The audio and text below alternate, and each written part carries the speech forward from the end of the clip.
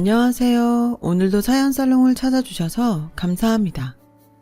70대 여성입니다. 하마터면 자식 때문에 억울할 뻔했던 제 이야기를 해보려 이렇게 용기를 내어 사연을 보내봅니다. 제 또래 여성들이 그러하듯 저도 한평생 아들과 딸을 낳아 제 인생을 다 바쳐 아이들을 위해 살았어요. 비록 넉넉한 형편은 아니었어도 아이들이 밖에 나가 기죽지 않게 제 나름 신경 써서 키워냈어요. 그땐 그것이 저희 기쁨이자 보람인지라 힘은 들어도 마음은 행복했어요. 남편도 많이 배우거나 하진 않았지만 천성이 착하고 성실한 사람이라 주변에서 남편을 도와주는 사람들도 많았고 그 결과 저희는 그럭저럭, 아니 이런 말 제 입으로 하긴 좀 부끄럽지만 저희가 중년의 나이가 되었을 즈음엔 다른 집보다는 형편이 좋아 꽤 여유로운 생활을 할 수 있었어요. 이렇게만 얘기하면 남들 보기에 저는 걱정 하나 없는 사람으로 보일 수도 있을 텐데요. 사실은 저에겐 한 가지 고민이 있었어요. 바로 아이들의 혼사 문제였죠. 둘째인 딸아이는 생각보다 결혼을 일찍 한다고 지금의 사위를 데려왔는데 글쎄 나이 차이가 무려 12살이나 나서 저희 부부를 당황하게 했어요. 그때 당시 딸아이 나이가 26살밖에는 되지 않았는데 사위는 곧 40이라니 선뜻 허락을 하기가 힘이 들었죠. 그래도 뭐 둘이 좋다는데 아무리 부모라고 어쩌겠어요. 그래서 결국 딸아이의 결혼을 허락했는데 이번엔 첫째인 아들이 나이가 40이 다 되어 가는데도 결혼할 기미가 보이지 않았어요. 그때까지 아들은 독립할 생각도 안 하고 연애한다는 말조차 없어서 저의 애간장을 태웠죠. 한 놈은 너무 빨리 간다고 하더니 또 한 놈은 나이가 다 찼는데도 갈 생각을 안 하니 참 자식 일은 제 마음처럼 되지 않는다는 것을 새삼 깨달았어요.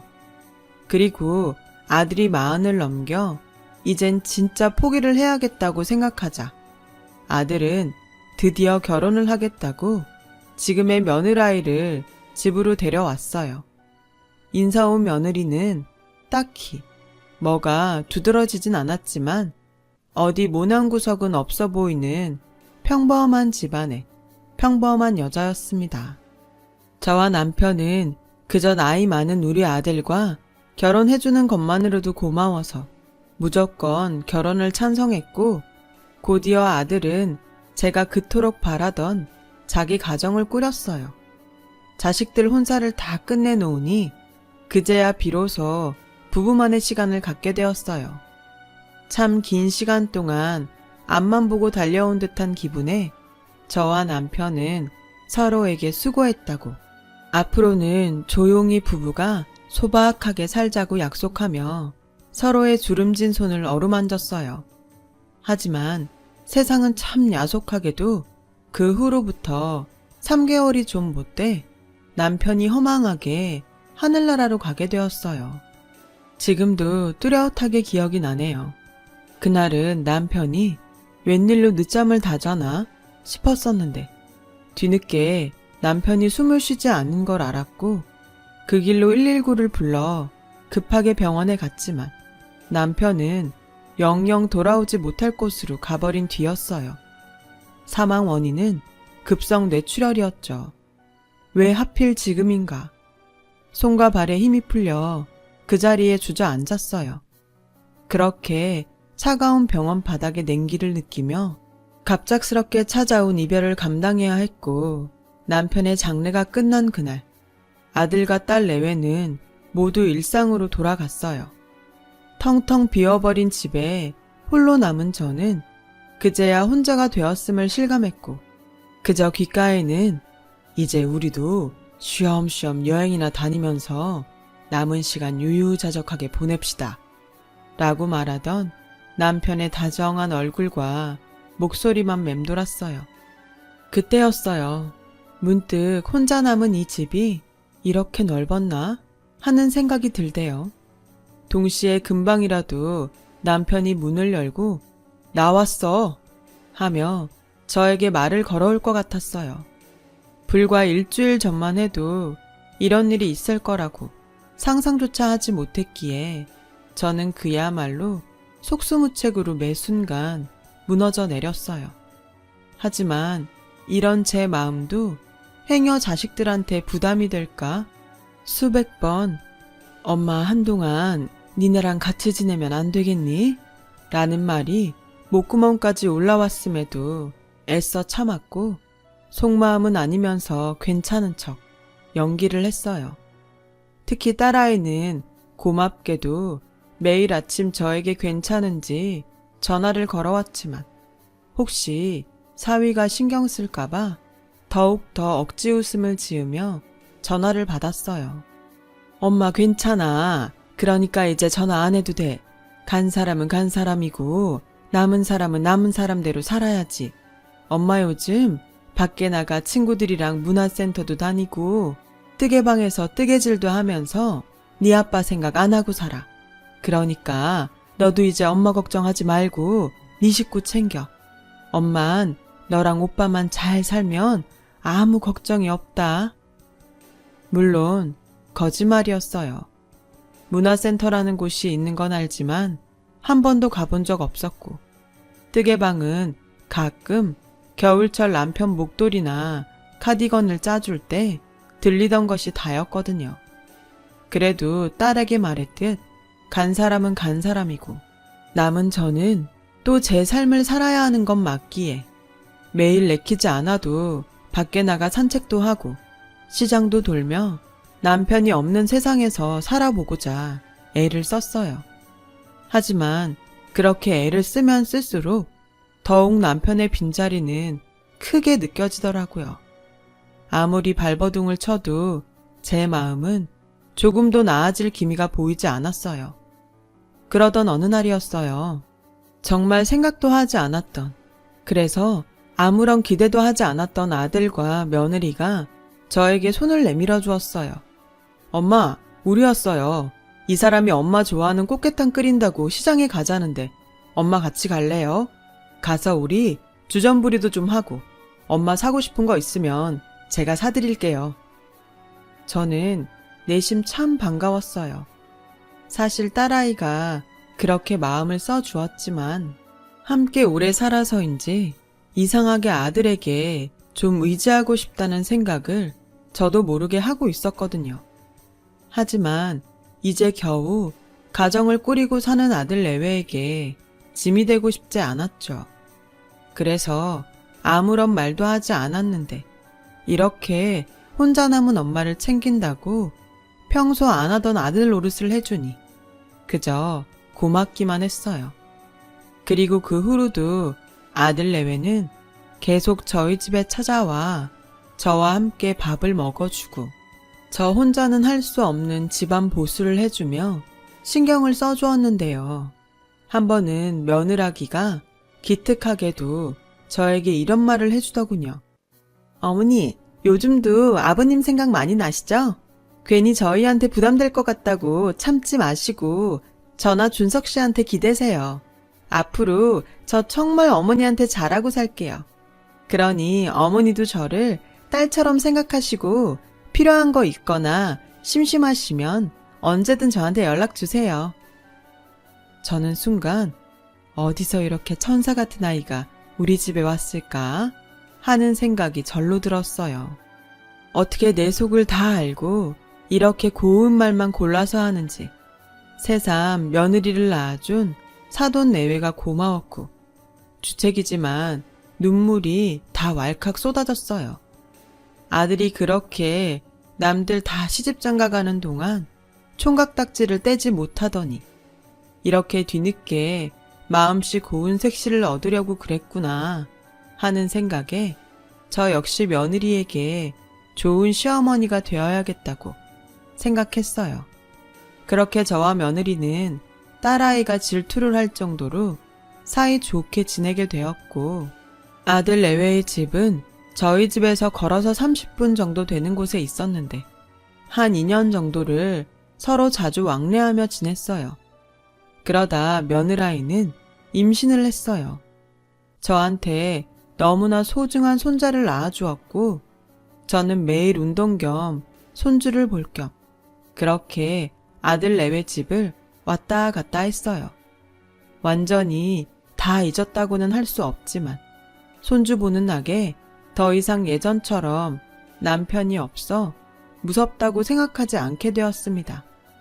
시간이 약인지 아들 내외의 도움이 컸는지 차차 혼자 사는 생활에도 익숙해지던 어느 날 아들은 저에게 뜻밖의 말을 꺼냈어요. 엄마, 내가 곰곰이 생각해봤는데요. 엄마 지금 지내는 집 너무 크지 않으세요? 이렇게 우리 준이 보러 매일 걸어오시는 것도 마음에 걸리고 엄마만 괜찮으시면 저희 집이랑 엄마 사시는 집 정리해서 어디 좋은 아파트 들어가 함께 사는 게 어떨까 해요. 마침 적당한 곳이 매물로 나왔기도 했고 집사람한테도 먼저 물어봤는데 엄마만 좋다면 자긴 너무 좋다고 은근 기대하는 눈치예요. 솔직히 고민이 됐어요. 아들 내외랑 함께 사는 것은 반가운 일이지만 남편과 함께 산 정든 집을 정리하는 건 한 번도 생각하지 않은 일이었으니까요. 그래도 손주와 함께 살 수 있다니 저는 너무 고민이 되었는데요. 그럴 때마다 아들 내외는 더욱 적극적으로 저와 함께 살자고 설득해왔어요. 어머니, 제가 앞으로 함께 살면서 어머니 더 많이 챙겨드릴게요. 사실 드시는 것도 일일이 챙길 수 없어서 그동안 제가 마음이 좀 그랬거든요. 어머님은 그저 이제부터는 편하게만 지내세요. 집안일이든 뭐든 제가 다 알아서 할게요. 그래요, 엄마. 엄마 이제 병원 가실 일도 많아지실 텐데 따로 살면 내가 불안해요. 아버지처럼 그렇게 허망하게 보내는 일은 다시 하고 싶지 않으니 제발 우리랑 같이 살아요. 네? 저는 아들 내외의 말에 그냥 넘어가기로 했어요.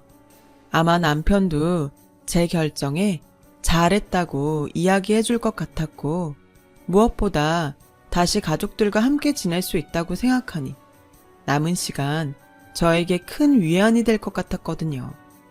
제 결정이 떨어지자 아들은 마치 기다렸다는 듯 제가 살던 집을 처분했고 동네 이름도 아파트 이름도 낯선 곳에 아들 식구와 저는 이사를 오게 되었어요.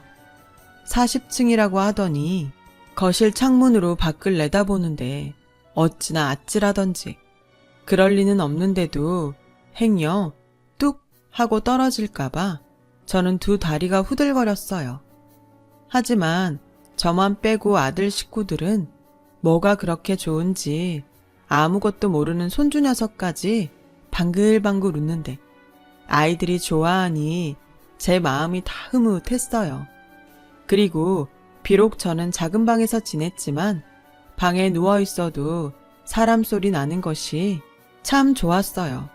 하지만 역시나 세상 사는 사람 마음대로 되지 않는다고 이사 후 한 달이 되지 않아 무언가 슬슬 제 생각과 다르게 흘러가기 시작했어요.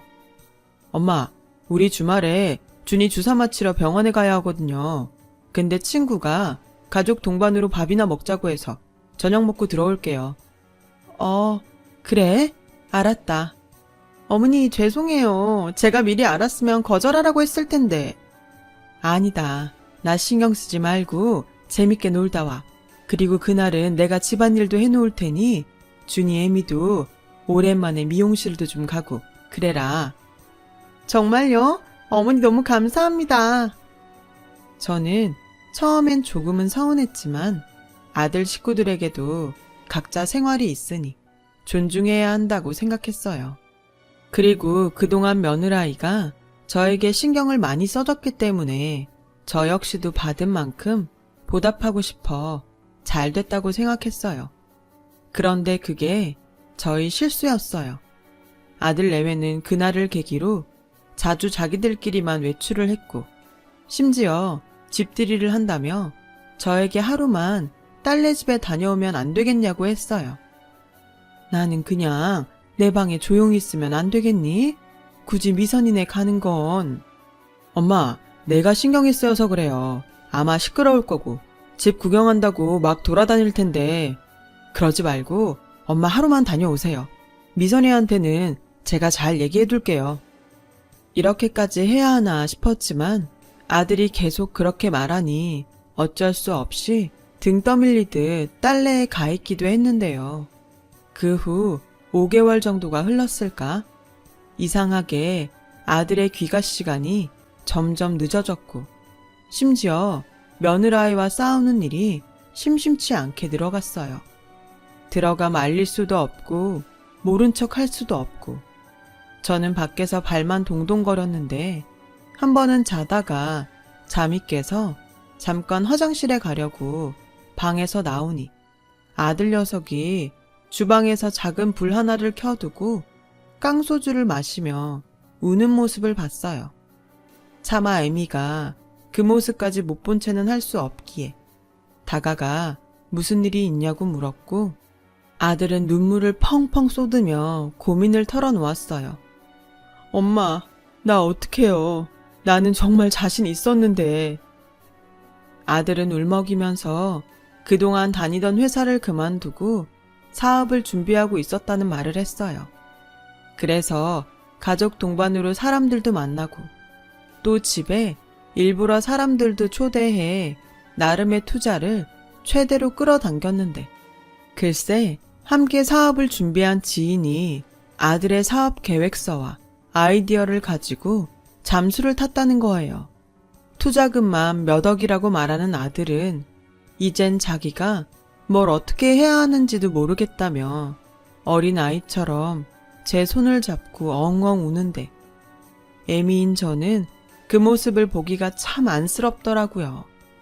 그때였어요. 엄마, 이런 말 정말 염치 없는 거 아는데요. 저 좀 도와주세요. 저 이대로 이 사업 접을 수 없어요. 투자금도 그렇고 이젠 다시 취직하긴 나이도 많아서 저는 정말 이 길밖에는 다른 길이 없어요. 엄마가 이번 한 번만 도와주면 안 돼요? 제가 엄마 은혜 절대 잊지 않고 두고두고 보답하면서 10배로 아니 100배로 갚아드릴게요. 엄마, 저 좀 살려주세요. 준이 엄마는 이거 해결 못하면 저랑 이혼한대요. 아들의 말을 듣고 눈앞이 깜깜해졌어요. 생각해보니 아들이 저에게 손을 벌린 것은 이번이 처음이었죠. 오죽하면 늙은 애미한테 도와달라고 할까 싶어 아들이 안쓰럽고 짠하기만 했어요. 그리고 더욱이 이러다 며느라기는 물론이고 손주까지 보지 못하게 될 수 있다고 생각하자 저는 가만히 있을 수는 없었어요. 그래서 남편이 죽고 보험금으로 나온 10억을 아들에게 융통해 주었죠. 아들은 제 돈을 받고 고맙다며 무릎까지 꿇고 또 다시 눈물을 보였어요. 저는 우는 아들에게 원래 세상을 살면 이렇게 고비도 한 번씩 넘고 해야 사람이 단단해지고 그러는 거야. 라며 아들을 다독였는데요. 제 말 때문인지 아니면 제가 준 돈 때문인지 아들 내외는 전보다 훨씬 얼굴이 좋아졌고 그 모습을 보니 나름 자식들에게 부모 노릇을 한 것 같아 뿌듯했어요. 하지만 그것도 잠시. 그렇게 고맙다며 저에게 잘하겠다고 약속을 하던 아들 내외는 점점 저를 대하는 태도가 변하기 시작하더라고요. 그 시작은 아주 사소한 것부터였어요. 저는 평소 아침잠이 많아 아침을 좀 늦게 먹었어요.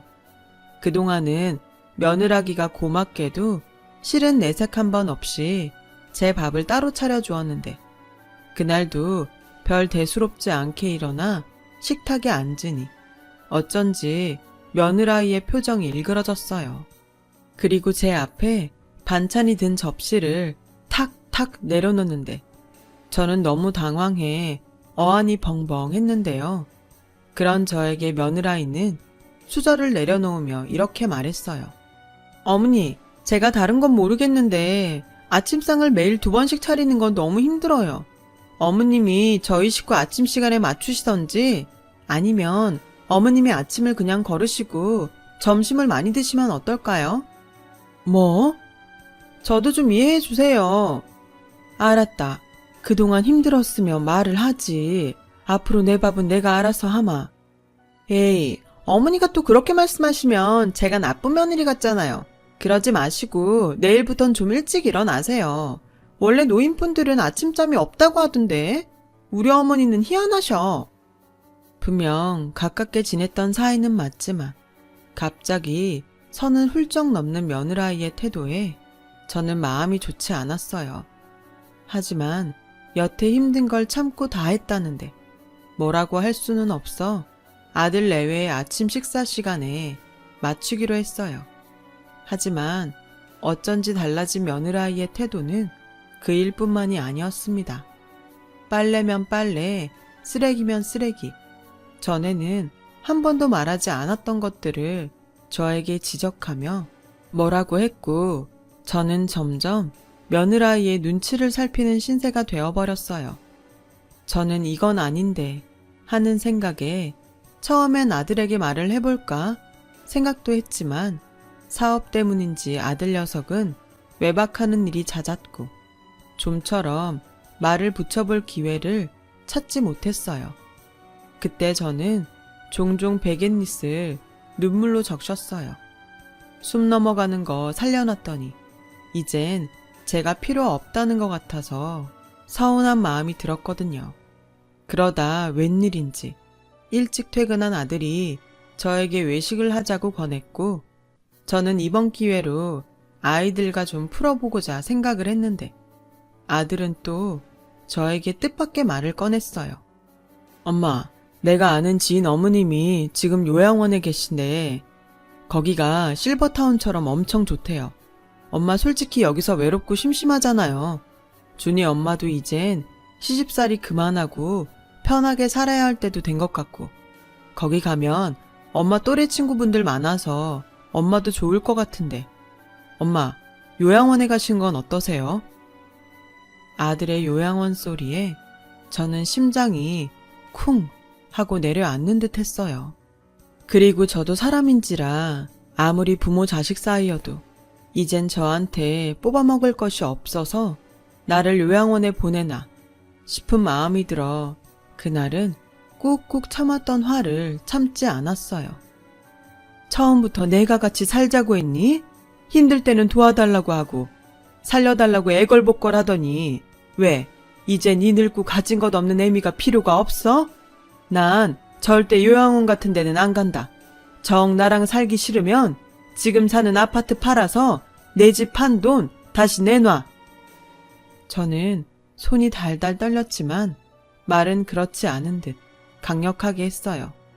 그러자 아들 내외는 물러날 기색은커녕 아주 작정을 한 듯 손주 녀석 교육이 어쩌고 하면서 저를 요양원에 보내려 하더라고요.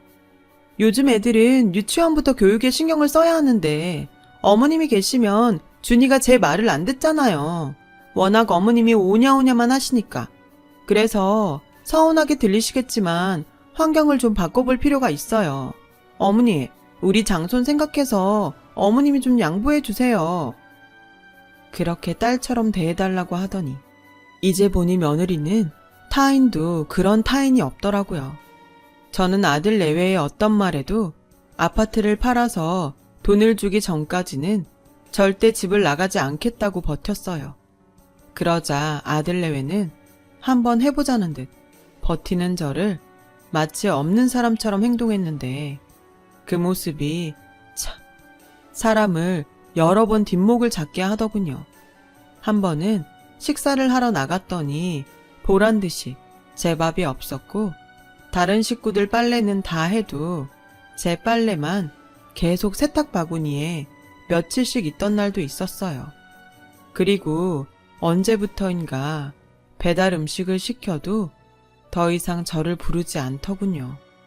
참 서럽고 또 서러워서 이래서 자식들한테 있는 돈 다 주면 안 된다고 했나 보다 라는 생각이 절로 들었어요. 그리고 작은 방에 고립되어 이대로는 못 살겠다 싶은 생각이 들었죠. 그 순간 딸아이 생각이 간절했는데 제가 혼자 지낼 땐 그래도 매일 전화하던 딸아이는 제가 아들 집에 입구부터는 새언니 눈치를 보는지 연락해 오는 일이 드물었어요.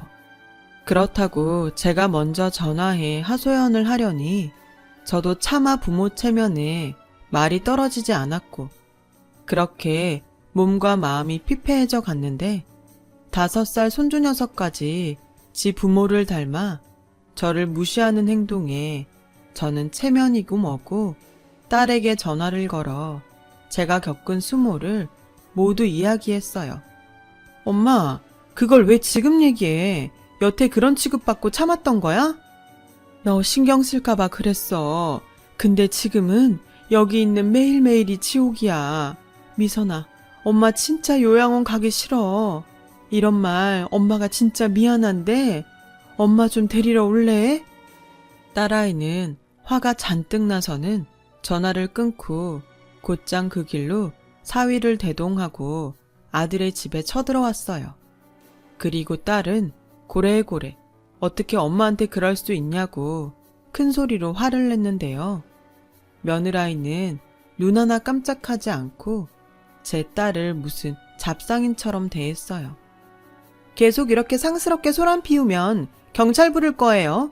정말 격 떨어져서 상종을 못하겠네. 뭐요? 상종? 지금 말 다 했어요? 언니랑 오빠야말로 하는 행동이 상스럽거든요. 엄마 돈 다 어디다 썼어? 결국 지도 엄마 돈 때문에 여기까지 와놓고 어디서 큰 소리야? 왜? 효녀 코스프레하게? 맞아요. 아가씨도 결국 저희한테 어머니 돈 뜯어가려고 여기 온 거잖아요. 뭐요? 처음부터 엄마 집 팔라고 부추긴 게 누군데 이런 식으로 모실 거면서 왜 같이 살자고 해요? 정말 뻔뻔스러워. 그러는 넌 엄마 모셔는 봤어? 저는 아들, 딸이 싸우는 모습을 보며 내가 인생을 헛살았구나 싶은 마음이 들었어요. 누가 콩가루 집안이라고 손가락질을 해도 변명할 도리가 없었으니까요. 그래서 저는 애미로서 한 번은 나서야 했어요. 그래서 딸에게 막말을 쏟아내던 아들의 뺨을 세게 후려쳤고 눈에 잔뜩 독을 품은 채 이렇게 말했어요. 그래, 네 진심 아주 잘 알았다. 모신다고 어쩌고 하더니 결국 돈이었지? 근데 이건 몰랐을걸? 나 너한테 다 준 거 아니다. 나 건물도 있고 땅도 있어. 이건 몰랐지? 저라고 왜 모르겠어요. TV나 드라마에서 간이고 쓸개고 다 빼주면 결국 자식들이 서로 맞지 않으려고 싸우는 걸 몇 번이나 봤는데 그래서 저도 행여 이런 일이 있을까 해서 제가 가진 것을 모두 오픈하지 않았어요. 물론 내 자식들이 그럴까 하는 믿음이 있었지만 그래도 남편과 저는 젊은 시절부터 우리 둘만 남았을 때 아이들한테 손 벌리지 않고 저희끼리 살아가려면 역시 돈은 있어야겠다고 생각해서 열심히 돈을 모아 나름 건물과 땅을 사두었어요. 시간이 흐르니 생각도 못할 정도로 값이 오른 것도 있었죠. 우리뿐 아니라 당연히 후에 자식들에게 물려줄 부분까지 생각했었습니다. 하지만 자식들에게 말을 하지 않았어요. 요즘은 삶이 길어져 우리조차 언제까지 살게 될지 또 그동안 돈은 얼마가 필요할지 모르는 거 아니겠어요? 내심 모든 걸 자식들에게 오픈하지 않아 미안한 마음이 있었는데 이제 와선 이 돈이 없었으면 어쨌을까 하는 마음이 절로 들었어요. 만약 아들이 제가 가진 것을 모두 알았다면 아들은 그 돈 역시 욕심을 냈을 게 분명해 보였어요. 내가 정말 남들은 그런다고 해도 내 자식이 그럴까 했다. 그래도 사람 일은 모른다고 해서 땅이랑 건물을 사놨는데 준석이 너는 내가 가진 게 아빠 돌아가신 보험금 그게 거의 전부라고 생각했지? 근데 있잖니 내가 이미 너한테 준 돈은 건물이랑 땅에 비하면 네 아들 간식값이야. 나중엔 둘이 똑같이 나눠주고 세상 하직하려고 했는데 이렇게 된 거 너 같은 놈한테는 한 푼도 못 줘. 이거 다 미선이한테 줄 거다. 미선이 너 내일 엄마랑 명의 바꾸러 가. 그리고 넌 절대 네 오빠처럼 엄마 버리면 안 된다. 너도 각 썼어. 제 말에 괘씸한 아들 내외도 아무것도 몰랐던 딸 내외도 너무 놀라 아무 말도 하지 못했어요. 왜 아니겠어요. 저라도 이런 상황이면 사태 파악이 늦어 그랬을 거예요. 그리고 저는 미리 싸둔 짐을 가지고 아들 집을 제 발로 나왔어요. 그러자 사태 파악이 된 며느라이는 맨발로 뛰쳐나와 저의 바지가랑이를 붙잡고 울면서 매달렸고 아들 역시 가는 저를 어떻게든 붙잡겠다고 신발도 짝짝이로 신고 나와 저를 붙잡았어요. 어머니, 오해세요. 제가 그동안 어머니한테 얼마나 잘했는데요. 제발 오해 푸시고 다시 저희랑 살아요. 제가 준이 아빠한테 절대 요양원 소리 하지도 말라고 말할게요. 어머니, 속상하게 해드려서 죄송해요. 엄마, 저 정말 잘못했어요.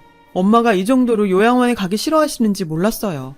엄마 가기 싫으시면 안 가셔도 돼요.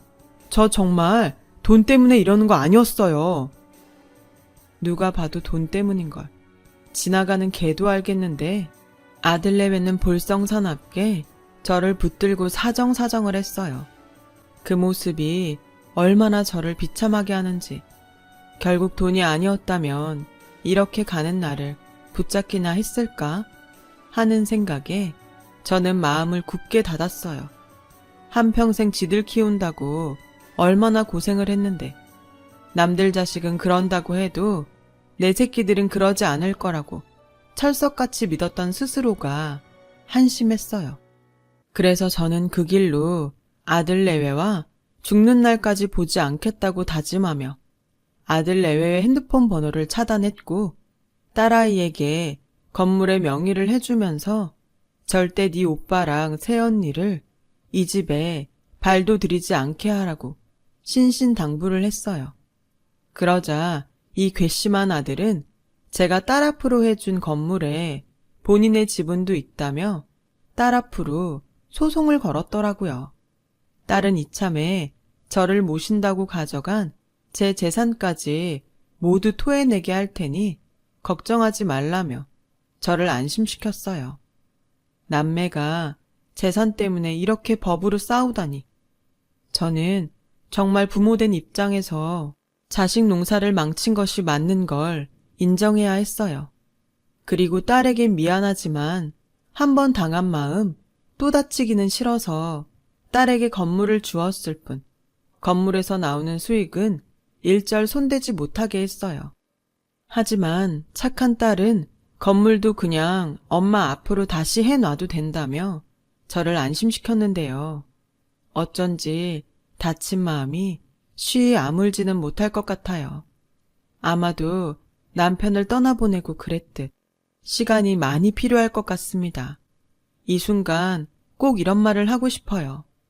아무리 자식들이 숨이 꼴깍꼴깍 넘어가도 절대 있는 거 없는 거 다 주지 마세요. 그러다 저처럼 될 수도 있어요. 그동안 힘들게 모았을 그 돈 자식한테 미안하다 생각하지 말고 마음 편히 다 쓰세요. 그게 그동안 고생한 보상입니다.